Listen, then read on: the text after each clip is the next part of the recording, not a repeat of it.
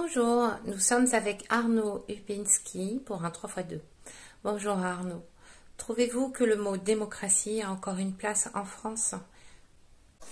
Vous me posez la question, trouvez-vous que le mot démocratie a encore sa place en France? Bon, je vous en remercie, parce que cela me donne l'occasion de vous donner la révélation du grand secret de la magie politique. Réponse courte et simple. Oui, ce mot démocratie, auquel ont été biberonnés tous les Français dès l'enfance, et il restera omniprésent en France tant que les Français ne sauront pas la vérité. À savoir que ce mot magique démocratie est piégé, truqué, et qu'il fait rigoureusement l'inverse de ce qu'il promet, la souveraineté pour tous, c'est-à-dire pour vous.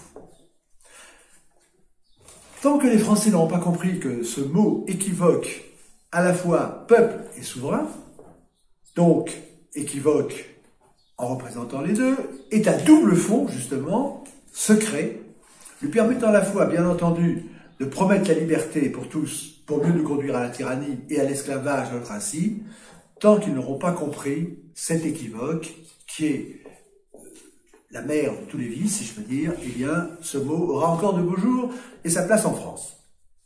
Démonstration de ce décalage entre les promesses et la réalité du mot démocratie. D'un côté, le mot démocratie a un sens visible pour tous. C'est la fable de la liberté qu'on nous raconte. La démocratie, c'est le gouvernement du peuple, par le peuple et pour le peuple, c'est dans la Constitution, c'est lui qui nous permet de nous gouverner nous-mêmes. La démocratie, c'est nous, c'est l'autogouvernement. C'est le régime qui nous rend le plus libre. C'est donc le meilleur possible, c'est l'idéal politique suprême de tous les temps. Et la grande farce, c'est de dire que c'est le pire des régimes, mais qu'il n'y en a pas de meilleur. Alors, de l'autre côté, car il y a un autre côté, ce mot a aussi un sens caché. C'est celui du mécanisme secret de sa tyrannie. Puisque la démocratie de nom est le meilleur des régimes, que personne ne peut en imaginer d'autres, et donc être contre, tous les Français sont donc enchaînés et esclaves de ce mot miracle, dictateur suprême du langage politique. Ce qui permet à ce mot de nous conduire par le bout du nez à tout pouvoir exiger de nous toujours plus d'impôts, de conscription obligatoire, de masques et de confinement et tutti quanti jusqu'à l'esclavage.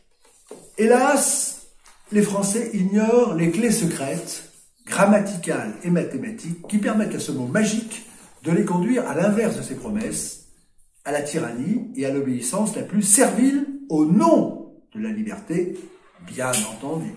Liberté aux libertés. Hélas, donc, les Français ignorent ces clés secrètes. D'ailleurs, Maurice Druon, donc l'ancien secrétaire perpétuel de l'Académie, disait « En démocratie, ce n'est pas le peuple qui est souverain, mais le langage. » Voilà la clé. Le secret ignoré de tous, c'est que nous sommes gouvernés par les phrases, par les mots et par les chiffres. Napoléon disait « Prenez l'intérêt général pour principe et vous irez où vous voulez. » Et quoi de plus intérêt général que la démocratie, que le mot démocratie, qui donc permet d'aller où le pouvoir veut nous conduire. Démonstration en 3 coups d'État. Premier coup d'État grammatical, qui a substitué la monarchie du mot nation à la démocratie du mot peuple. C'est le coup de magie opéré par l'article 3 des droits de l'homme. Le principe de toute souveraineté réside essentiellement dans la nation. Nul corps, nul individu ne peut exercer d'autorité qui n'en émane expressément. En clair, voilà donc le mot nation fait dictateur absolu au nom du peuple. Deuxième coup d'État arithmétique, en cascade, qui substitue une majorité à la monarchie de la nation, puis une minorité à la majorité, puis une fraction des 577 députés à l'Assemblée nationale elle-même. En clair, Voilà donc la fraction arithmétique d'une infime minorité faite tyrannie absolue de la nation entière. La minorité, c'est nous tous. Voilà. Troisième coup d'État ventriloque. Et donc je vous rappelle, c'est le titre de mon livre, Macron, le président ventriloque, la figure du roi et la magie politique, manifeste pour 2022. Livre, bien entendu, censuré puisqu'il tient la clé du pouvoir et de la magie politique du président Macron. Donc troisième coup d'État ventriloque, qui substitue les médias mercenaires à l'expression de la nation. Voilà donc les médias ventriloques, parlant au nom et à la place de tous les Français, donc de vous, de nous, devenus tyrannie absolue de la volonté générale de la nation. C'est le thème, donc, que j'ai bien expliqué dans Macron, le président ventriloque, que je viens de citer. Et ceux qui parlent en notre nom, les médias, c'est nous tous. Donc c'est le troisième coup d'État. Eh bien, nous n'avons plus droit à la parole, bien entendu, puisque les sondages, les députés, les autres parlent en notre nom. C'est ce qu'on appelle, évidemment, la prétendue démocratie représentative d'elle-même. La démonstration par l'absurde de l'illégitimité de cette démocratie, de nom et non de fait, apparaît maintenant très clairement. L'illégitimité cachée de ces trois coups d'État ne résiste pas à l'épreuve des faits. En théorie, le peuple est souverain, mais chaque fois que le peuple réel se manifeste, et dans la rue, ou autrement, il est nié par sa propre fausse représentation. L'écart apparaît abyssal entre le mot démocratie et la réalité servile du peuple souverain. Quelques exemples bien connus que voici. Premièrement, c'est le référendum de 2005, qui a été évidemment, quand la réponse n'est pas la bonne, évidemment, elle est annulée. Bon. Deuxièmement, c'est le traitement des Gilets jaunes avec les LBD. Pourtant, le mouvement des Gilets jaunes représentait 80%, nous disait-on. Peu importe. 20% égale 100%, 80% égale 0%. C'est ça la magie des chiffres. Ensuite, autre exemple, c'est les herboristes qui ont été interdits, je vous rappelle, sous le régime de Vichy. Les herboristes interdits, au moment de la puissance des lobbies pharmaceutiques, bien entendu. Et personne ne dit rien, ou ne peut rien dire. C'est la médecine libérale mise en jeu. C'est la première fois dans l'histoire du monde qu'on dit si vous êtes malade, surtout n'allez pas voir le médecin. Bon. Ce sont les soignants interdits de conscience médicale et tutti quanti. Alors aujourd'hui, encore, c'est le projet de loi sur les retraites, avec 2/3 des Français qui sont contre, et pourtant un gouvernement ultra-minoritaire qui s'obstine et qui a la force injuste de la loi pour lui, comme le disait le président Mitterrand. C'est le terme que l'on peut utiliser. Eh bien, 2/3 des Français, et vous avez un sophiste présidentiel qui vous dit « mais vous avez voté pour moi à tel moment, donc maintenant vous n'êtes pas d'accord, mais vous êtes d'accord parce que vous étiez d'accord sur un sujet que vous n'avez pas compris, et de toute façon c'est moi qui décide, et si vous n'êtes pas content, on enverra la gendarmerie. » Donc la démocratie est impuissante, nous venons de le voir, devant la représentation de la démocratie dominale et de nom. C'est le nom qui est plus fort que la chose. Donc, le rêve brisé de cette imposture, donc, qui tient au mot démocratie, tient au constat que ce n'est pas le gouvernement qui décide, mais ce qu'on peut appeler une oligarchie. Et en fait, c'est Nicolas Hulot qui a révélé le poteau rose. L'oligarchie, c'est le souverain caché de la démocratie de nom, c'est nous tous. Voilà. Facile à comprendre ce jeu de mots. Alors, l'explication théorique de cette fausse démocratie, qui nous menant à l'esclavage, au nom de la liberté, est claire. Le mot démocratie moderne, dont nous sommes les esclaves, est une falsification anglo-saxonne inversée du modèle grec, basé sur 3 principes. Ni élection, ni avocat, ni représentant. C'est ce qu'il faut justement pour éviter la mainmise de l'oligarchie sur la politique par l'argent. La démocratie athénienne avait été inventée pour mettre hors politique l'oligarchie. La démocratie truquée anglo-saxonne qui nous a été imposée a été inventée pour faire rigoureusement l'inverse, pour donner tout pouvoir à l'oligarchie. La solution pour en finir avec le mot de cette démocratie dite représentative à l'anglo-saxonne, se fauner de la tyrannie oligarchique,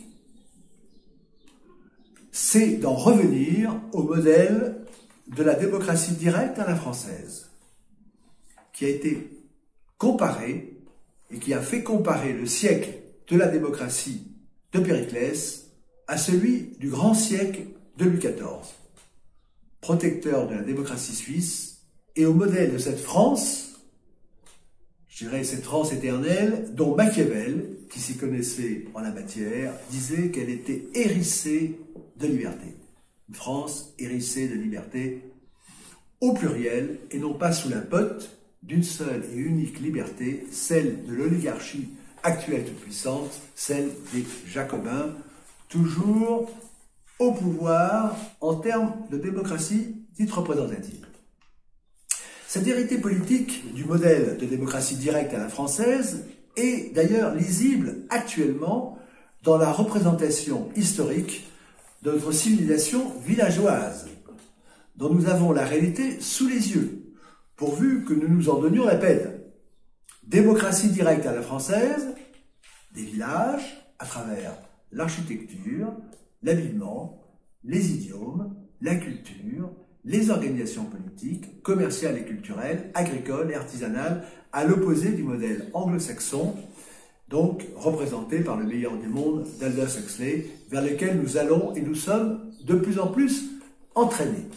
Il suffit de regarder les constitutions de Bretagne, de Provence et d'autres pour retrouver le fonctionnement de cette démocratie directe à la française. Donc, conclusion.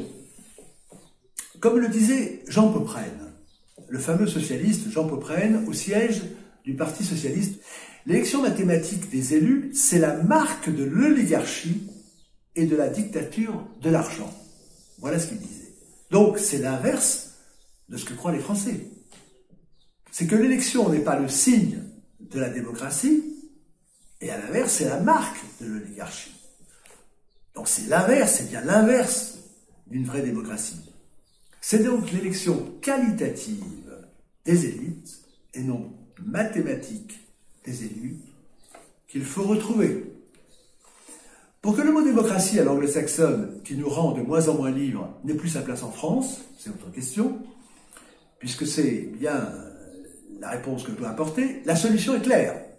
Il ne nous reste plus qu'à rétablir courageusement la liberté politique par la vérité grammaticale et mathématique pour retrouver enfin notre art de vivre, pour que cette démocratie de fait réelle à la française retrouve sa place.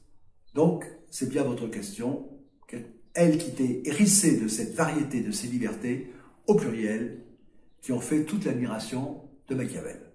C'est ainsi et seulement ainsi que, selon le mot d'Augustin Cochin, de haut en bas de toutes les hiérarchies, les peuples de France pourront enfin repasser des mains de ceux qui ont l'art de mentir, ceux qui sont actuellement au pouvoir, à ceux qui ont le droit de commander, et donc de nous faire retrouver enfin les clés de notre vraie destinée. Ce qui signifie en conclusion que tant que le mot esclavagiste, démocratie représentative et ses esclavageons, liberté, égalité, fraternité auront encore leur place en France, les Français resteront dans les fers et le monde politique continuera à tourner à l'envers. Avez-vous confiance aux institutions qui nous gouvernent, qu'elles soient dans l'État, européennes ou mondiales? Toutes les institutions qui nous gouvernent, État, Europe, mondiale, sont à l'image du mot démocratie que nous voulons voir. Ce mot qui est le grand légitimant de toutes les aliénations dont nous venons de décrypter l'inversion. Toutes ces institutions sont les organes de cette mise en esclavage qui se fait verticalement au nom de la démocratie, mais grammaticalement et mathématiquement au profit de l'oligarchie, qui est une cryptocratie à tous les niveaux. Cryptocratie, c'est-à-dire gouvernement caché, comme dans la crypte. Ça, c'est le constat. Au vu des résultats de notre mise en esclavage, nous ne pouvons donc avoir nulle confiance en ces institutions. C'est la question que vous posez. Puisque leur règle d'or est celle de la guerre de représentation qui fait que ces institutions soi-disant représentatives, fonctionnent toutes exactement à l'inverse de leur but et de leurs promesses affichées en nous aveuglant. Premièrement, l'État, me demandez-vous. L'État se disant démocratique, qui au nom de 1789 avait promis le bonheur aux Français, a conduit à l'inverse, le plus beau royaume au monde étant maintenant tombé au rang du désastre actuel, passé de la première place à la queue du peloton. Deuxièmement, les institutions européennes qui avaient promis prospérité et paix nous ont conduits à la crise économique actuelle et à la guerre. L'Europe, c'est la guerre. C'était le livre que j'avais publié en 1992 aux éditions Albin Michel qui le disait. Lettre ouverte à ceux qui croient en Europe, encore que l'Europe c'est la paix. Et je souhaitais comme titre, l'Europe c'est la guerre. Bon. Et dans ce livre, je posais l'équation décisive, en 4e page de couverture, l'équation suivante. Soit l'équation posée comme une évidence. Europe égale paix plus prospérité. Imposée mais jamais démontrée, parce qu'elle est indémontrable, elle oblige tout esprit libre à envisager l'hypothèse inverse, soit Europe égale crise économique plus guerre. C'est exactement ce à quoi nous sommes arrivés. Maintenant, l'Europe c'est la guerre, alors qu'on nous avait promis la paix. Troisièmement, quant aux institutions mondiales, nous avons vu l'État, la construction européenne, maintenant les institutions mondiales. Elles sont à l'image de la dictature sanitaire de l'OMS et du forum oligarchique de Davos, l'inverse de la médecine et de la démocratie, toujours l'inverse. Donc, nulle confiance, bien entendu, n'est possible en ces institutions puisqu'elles réalisent l'inverse de leurs promesses, au profit, bien entendu, de cette oligarchie et de ce plan qui ressemble, à ne pas en douter, au meilleur des mondes d'Huxley. Alors, il faut savoir aussi que, de même qu'il existe le mot magique de démocratie, je vous l'ai dit tout à l'heure, et que ce mot est truqué, il faut savoir qu'il existe une théorie de l'Europe. Je parle de l'Europe et de ces espaces mondiaux présentés comme une démocratie. Eh bien, c'est ce qu'on appelle la théorie des ensembles politiques qui a été dévoilée par François Mitterrand, il ne l'a pas répété 2 fois, et qui est révélée dans mon livre, donc lettre ouverte à ceux qui croient encore que l'Europe, c'est la paix. Et ce qui est dit très clairement dans cette théorie, c'est que le caractère, je cite, le caractère démocratique de l'Europe de Maastricht a été annulé par le document édité dans ce livre qui définit un ordre très inquiétant, l'ordre 06. L'ordre diplomatique, né de la combinaison d'un certain nombre de gouvernements appartenant à l'ordre exécutif de différents pays. Quand on analyse les pouvoirs de l'ordre 06, on arrive au constat donc suivant. C'est 06 le grand gagnant du grand jeu de la théorie des ensembles politiques, donc dévoilé par François Mitterrand. C'est lui qui est subordonné au peuple souverain. C'est lui le souverain de la dite théorie des ensembles. Voilà ce qu'on peut dire. Il y avait la théorie des ensembles à l'école et maintenant il y a la théorie des ensembles politiques qui permet de diriger cette Europe factice. Nulle confiance n'est donc possible dans ces institutions qui ne nous représentent nullement. En conclusion, ces institutions fonctionnent à l'inverse du bien commun. Elles tendent au pouvoir déshumanisant du meilleur des mondes à la sauce de 1984 d'Orwell. Elles nous transforment en numéros. Quant à l'Union européenne qui nous avait promis que d'être ensemble nous rendrait plus forts en face des États-Unis, c'est leur grand argument à l'époque de François Mitterrand en 1992, eh bien, à l'inverse, cette Union européenne nous a rendus esclaves des États-Unis. Nous le voyons notamment pour l'énergie. À l'évidence, aujourd'hui, je l'avais dit à l'époque, les États-Unis d'Europe, c'est bien les États-Unis en Europe, comme le prouve à nouveau, hélas, d'une manière tragique, la guerre en Ukraine. Ma troisième et dernière question concerne l'Europe. Pensez-vous qu'elle va résister au conflit Ukraine-Russie? Eh bien, là nous sommes dans un nouveau piège du langage avec le mot Europe. Que veut dire le mot Europe? C'est un mot, certes, mobilisateur. Je vous rappelle que pendant des siècles, l'Europe était synonyme de res publica Christiana. Dans la réponse à votre question, il faut développer l'argumentation comme dans un théorème, comme de l'algèbre. Premièrement, la dite Europe est une fiction d'unité puisqu'elle est fractionnée.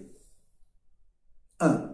Vu de l'histoire, l'Europe de l'Atlantique à l'Oural de Gaulle est divisée en deux, avec la Russie d'un côté, l'Europe de l'Ouest de l'autre. Donc il n'y a pas besoin de l'Europe, de la guerre en Ukraine pour avoir cette division. 2. Vu de l'Union européenne, l'Europe est divisée en zone euro et non euro, en membres et non membres de l'Union européenne, avec la Suisse notamment extérieure. 3. Vu du point de vue du tarif européen de l'énergie, l'Espagne et l'Italie s'en sont retirés. 4. Vu des États-Unis, l'Union européenne est une colonie sous protectorat assuré par l'OTAN. 5. Vu du peuple français, depuis le référendum de 2005 notamment, qui a été trahi, l'Union européenne est une structure antidémocratique. Deuxièmement, la stratégie du Pentagone a toujours été d'empêcher l'émergence d'une puissance concurrente de l'Europe, dominante jusqu'au traité de Versailles de 1918. Bon, donc, cette Europe est un risque pour les États-Unis, sinon l'ennemi numéro un avec la Russie à l'ouest. La formule qui a été publiée avec le rapport du Pentagone le 8 mars 1992 par le New York Times précisait même: la mission des États-Unis sera de s'assurer qu'il ne sera jamais permis à aucune puissance rivale d'émerger en Europe occidentale, en Asie ou sur le territoire de la CEI. C'est dans mon livre Le syndrome de l'ortolan, page 44. Voilà qui est clair. Et je vous rappelle quand même, sur la page de couverture du syndrome de l'ortolan, qui a servi évidemment d'illumination à François Asselineau, il était bien dit: appel au président de la République, qui était Chirac à l'époque, pour qu'il révèle la guerre que nous font les États-Unis et sorte ainsi la France du piège européen. Troisièmement, l'application de la stratégie britannique a toujours été et toujours d'opposer les deux puissances principales sur le continent européen. Nous l'avons payé assez cher. Et c'est ce que réalise magnifiquement la guerre en Ukraine, qui coupe notamment l'Europe de l'Ouest des ressources énergétiques et autres de la Russie.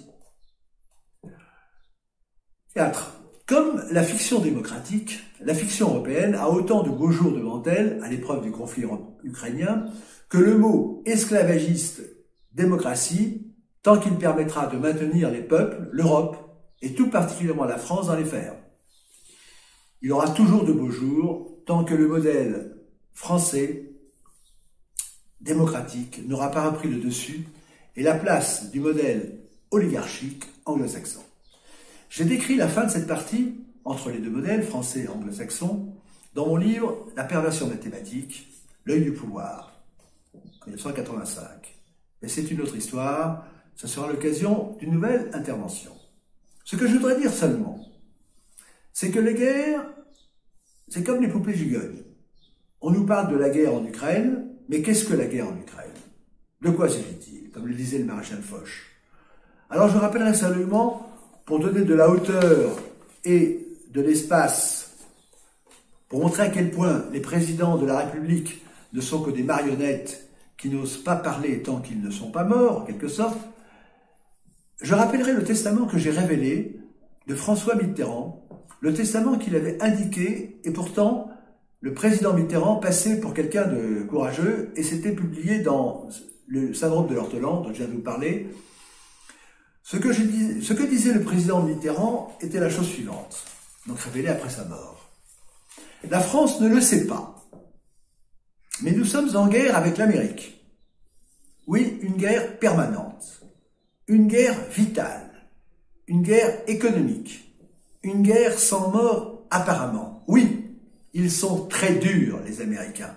Ils sont voraces, c'est ce que disaient les Indiens d'ailleurs. Ils veulent un pouvoir sans partage sur le monde.